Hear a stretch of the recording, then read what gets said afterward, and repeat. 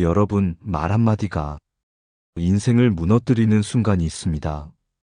평생 지켜온 신뢰가 단 한 번의 자랑으로 무너지고 오랫동안 쌓아온 관계가 몇 마디 말로 갈라지기도 합니다. 그만큼 말은 강력합니다.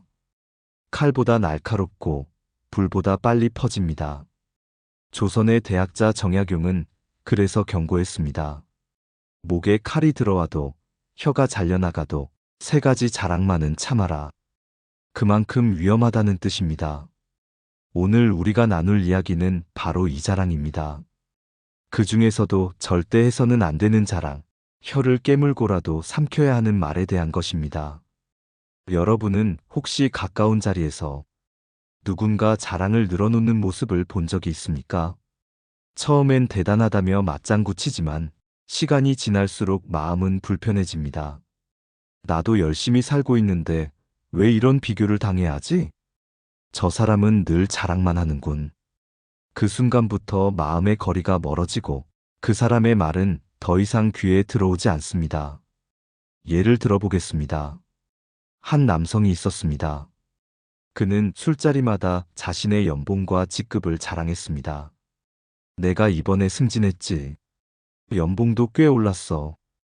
처음엔 친구들이 축하했습니다. 하지만 시간이 지나자 모임에서 그는 점점 따돌림을 당했습니다. 친구들은 더 이상 그의 성공을 축하하지 않았습니다. 오히려 그를 피했고 결국 그는 외로이 술잔을 기울이는 사람이 되고 말았습니다. 여러분, 자랑은 순간의 쾌감은 줍니다. 그러나 상대방의 마음에 작은 가시를 남깁니다. 그 가시는 보이지 않게 깊어져 결국 관계를 해칩니다. 정약용이 말한 혀를 깨물고서라도 삼가야 할 자랑이 바로 이런 것입니다. 첫째, 자랑은 듣는 이의 마음에 질투와 비교심을 불러옵니다. 둘째, 자랑은 하는 이의 겸손을 무너뜨리고 존중을 잃게 합니다. 셋째, 자랑은 관계의 균형을 깨뜨려 서로를 멀어지게 만듭니다. 오늘부터 우리는 정약용의 지혜를 따라가 보겠습니다. 혀가 잘려나가는 한이 있어도 참아야 할 자랑은 무엇인지, 왜 그것이 인간관계와 인생을 망치는지, 그리고 그 자랑을 멈추는 것이 어떻게 우리 삶을 지켜주는지 하나씩 살펴보겠습니다.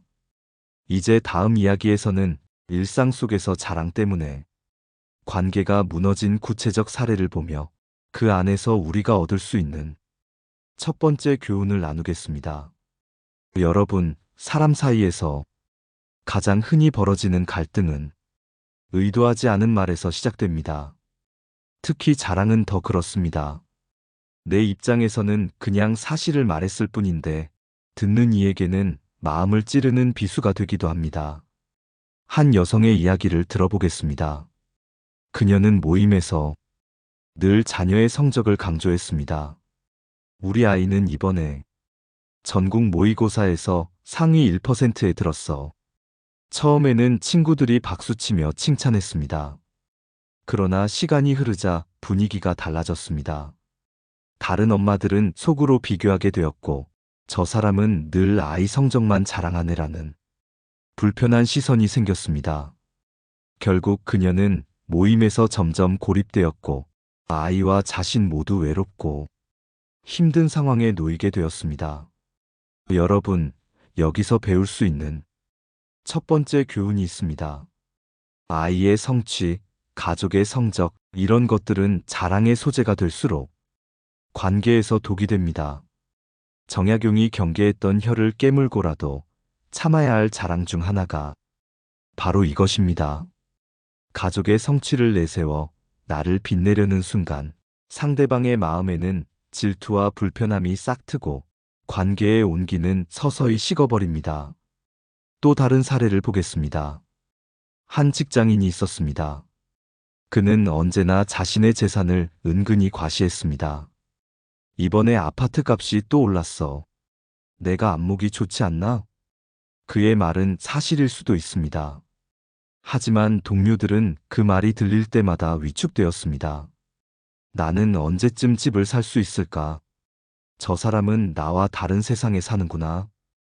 이 감정은 곧 거리감이 되어 그 직장인은 점점 점심 동료를 잃어갔습니다. 여러분, 자랑은 이렇게 사람의 마음을 멀어지게 만듭니다. 한 번쯤은 축하할 수 있지만 반복되면 듣는 이는 상처받고 주는 이는 외로워집니다. 정약용은 바로 이런 점을 간파했습니다. 그래서 그는 말했습니다. 목에 칼이 들어와도 이 자랑은 삼가라. 첫째, 가족과 자식의 성취를 드러내는 자랑. 둘째, 돈과 재산을 드러내는 자랑. 셋째, 권력이나 지위를 뽐내는 자랑. 이 세 가지는 언제나 듣는 이의 마음에 상처를 남깁니다. 그리고 결국 나를 홀로 남기게 만듭니다. 이제 다음 이야기에서는 더 깊은 사례를 통해 왜 자랑이 관계를 무너뜨리는 핵심 요인이 되는지 그 위험성을 더욱 분명히 살펴보겠습니다. 여러분, 자랑이 관계를 무너뜨린 또 다른 장면을 떠올려 보겠습니다. 겉으로는 아무렇지 않아 보이지만 그 안에는 깊은 상처와 서운함이 쌓여갑니다. 어느 부부의 사례입니다. 남편은 친척 모임만 가면 아내의 집안 이야기를 꺼냈습니다. 우리 집은 장인어른 덕분에 든든하지. 처가에서 받은 도움으로 이렇게 편히 산다네. 남편은 그저 사실을 말한 것뿐이었습니다.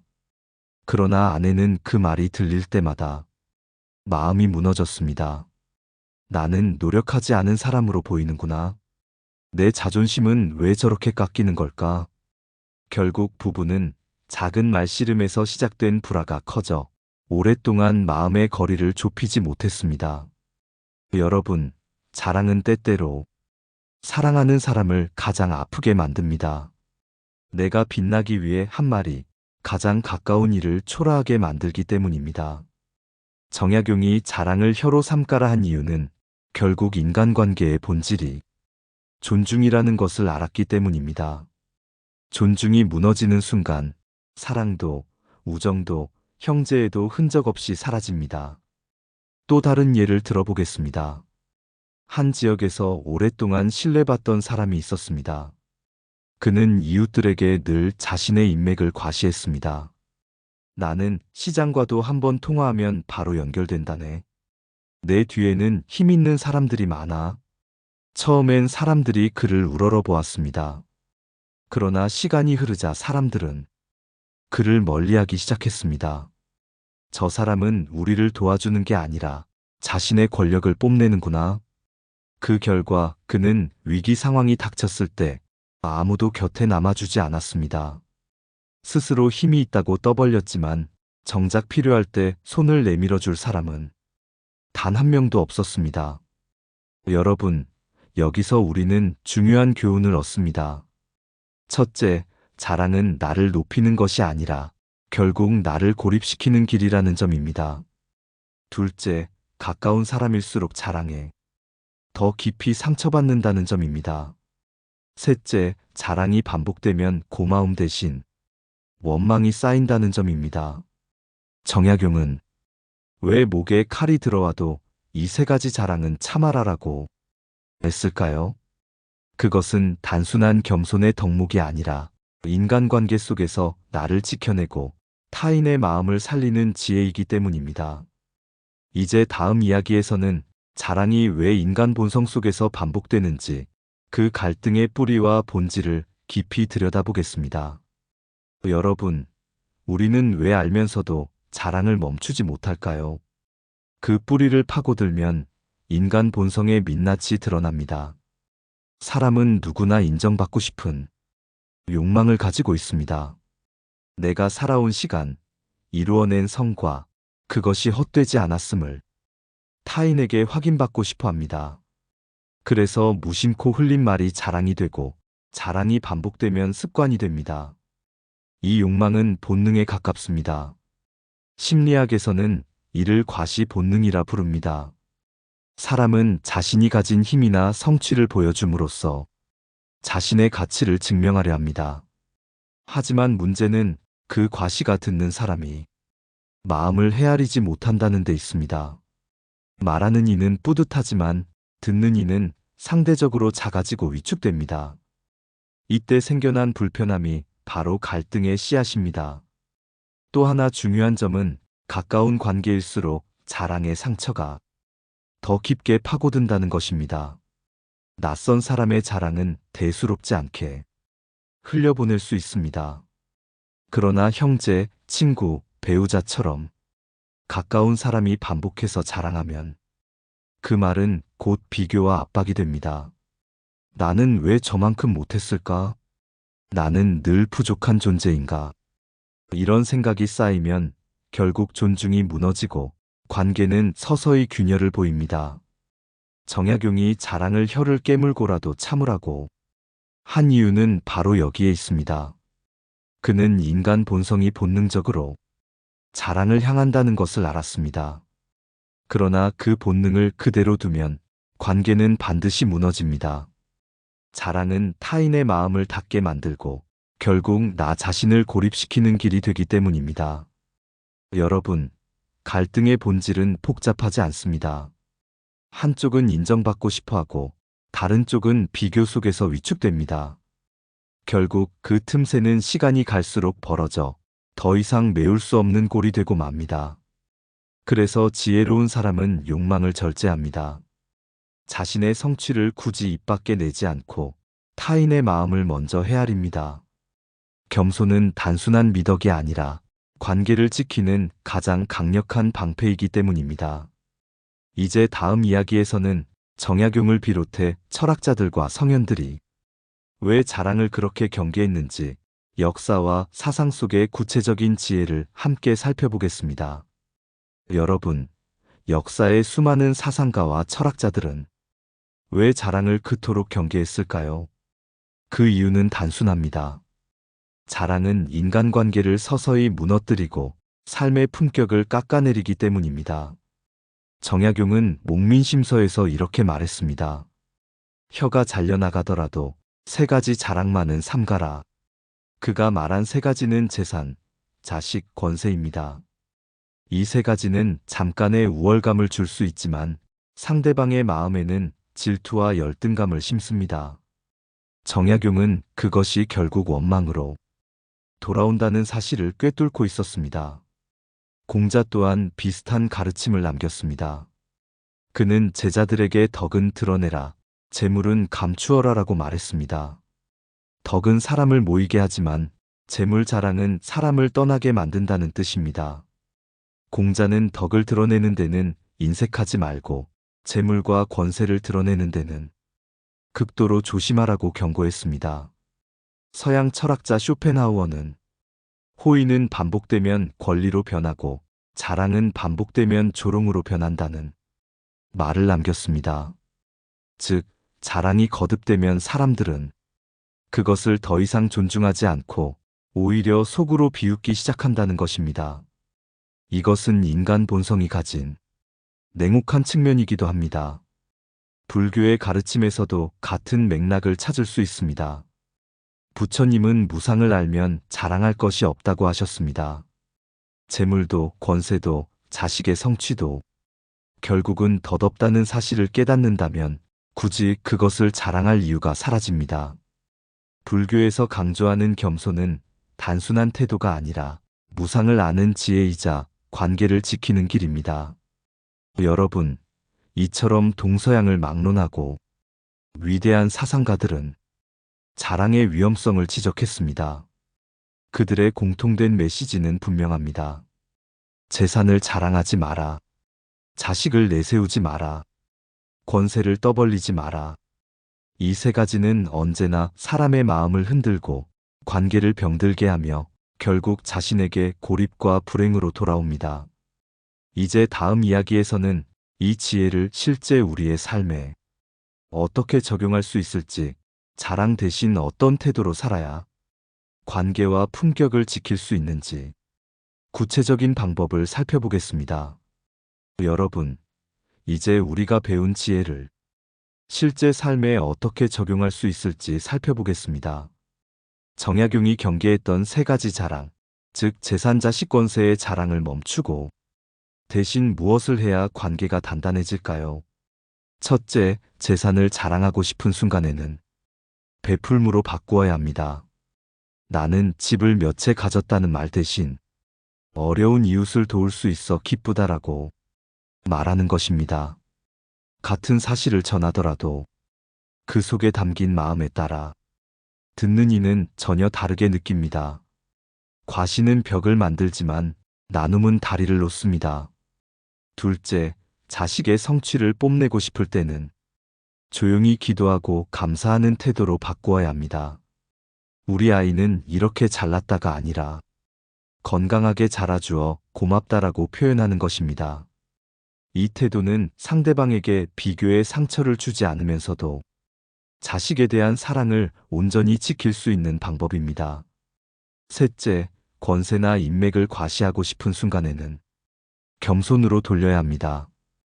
나는 누구와도 통한다는 말보다 나도 여전히 배우고 있는 사람일 뿐이라는 표현이 훨씬 더 사람들의 신뢰를 얻습니다. 권력은 보여줄수록 줄어들고 겸손은 감출수록 커집니다. 여러분, 실천은 어렵지 않습니다. 먼저 말을 줄이고 상대의 마음을 살피는 습관을 들이십시오. 자랑이 입술에 오를 때 잠시 혀를 깨물고 삼키는 것입니다. 그 한 번의 절제가 관계를 지키고 여러분의 품격을 높여줍니다. 또한 글을 쓰거나 일기를 적으며 자신의 성취를 스스로 돌아보는 것도 좋습니다. 굳이 타인에게 드러내지 않아도 기록은 충분히 자랑의 욕망을 건강하게 흘려보내줍니다. 마찬가지로 가까운 가족과 나누는 대화에서도 칭찬은 남을 향하고 감사는 안으로 담는 태도를 길러야 합니다. 여러분, 인생의 품격은 자랑하지 않을 때 빛이 납니다.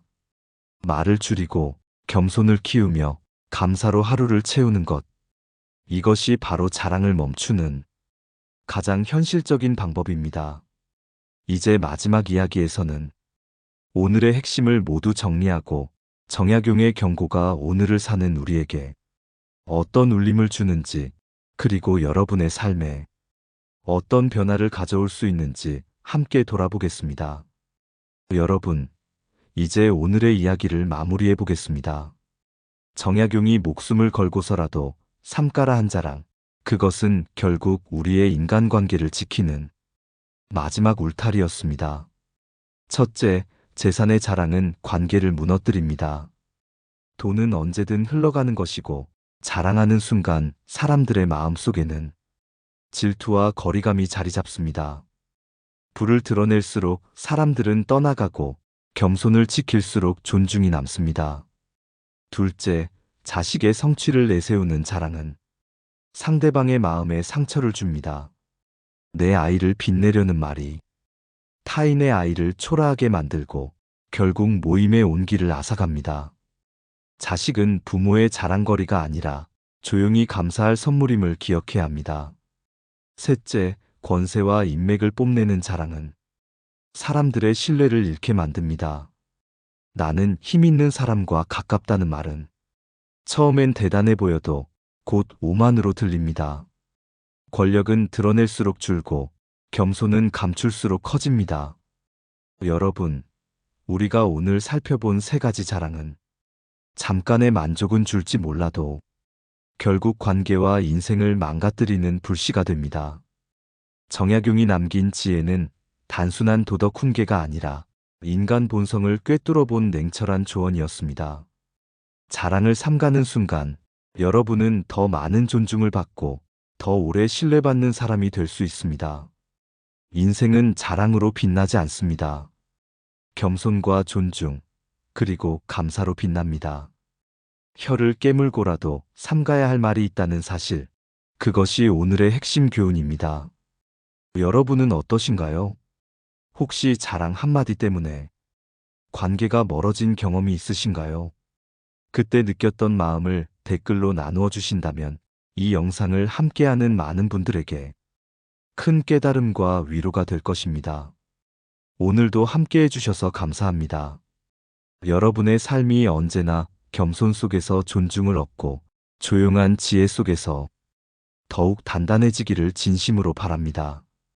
좋아요와 구독으로 함께 걸어가 주신다면 앞으로도 더 깊은 이야기와 지혜를 전해드리겠습니다.